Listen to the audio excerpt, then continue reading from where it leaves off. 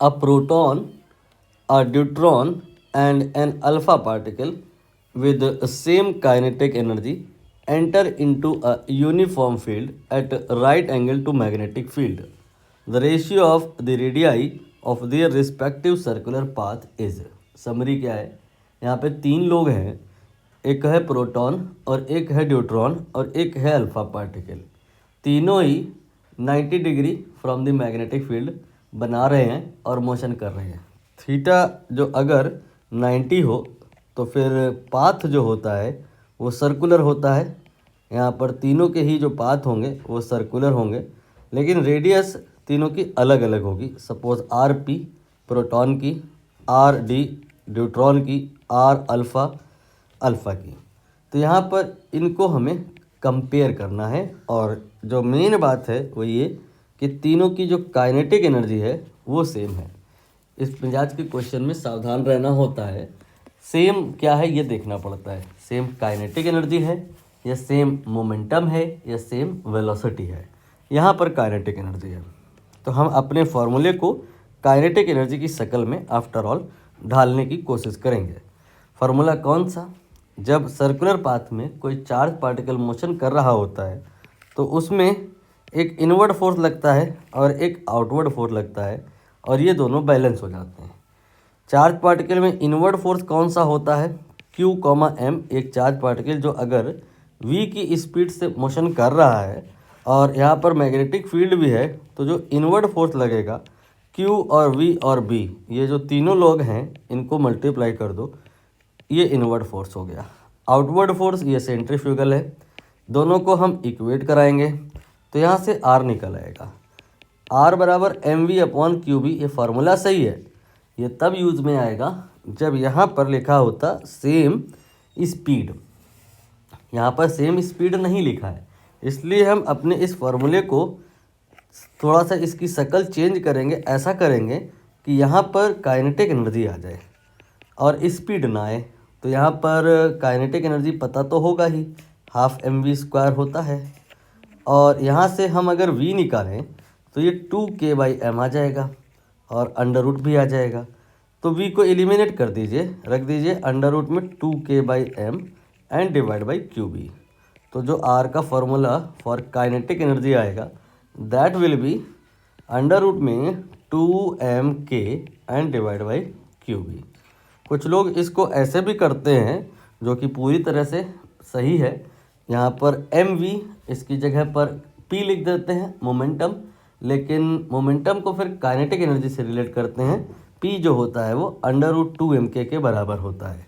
जैसे भी आपको समझ में आता है, आपको आफ्टर ऑल इस फॉर्मूले तक पहुंचना है और इस फॉर्मूले में ये जो 2 है, ये जो k है, ये जो b है, ये सारी चीज़ें कांस्टेंट हैं तो इनको c से रिप्लेस कर देना है।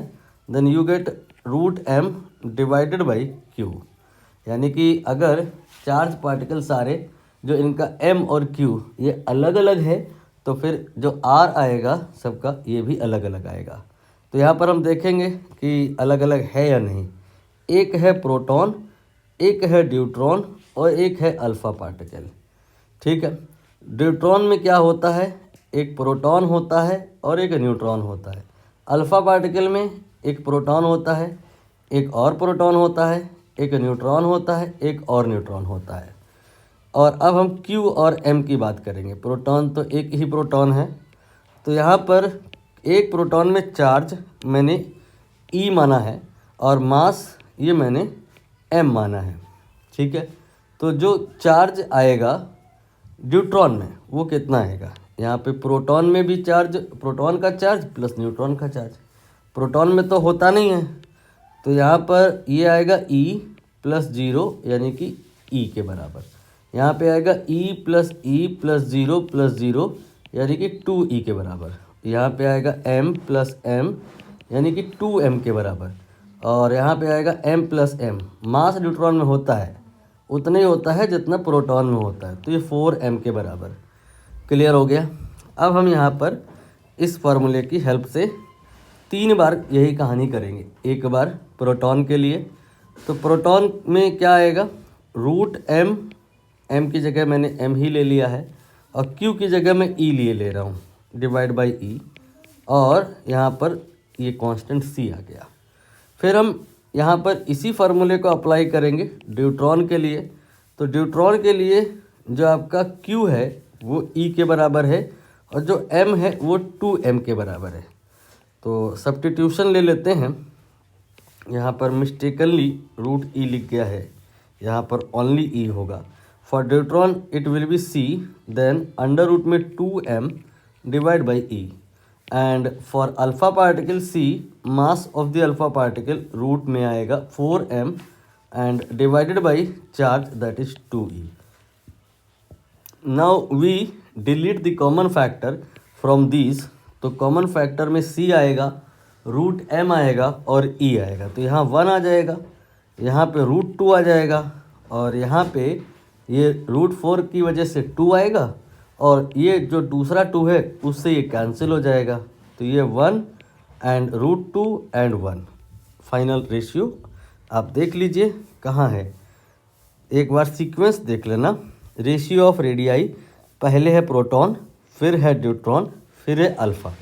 तो 1, फिर रूट 2, फिर 1। ये आपका डी ऑप्शन में दिखाई दे रहा है। डी ऑप्शन सही हो गया।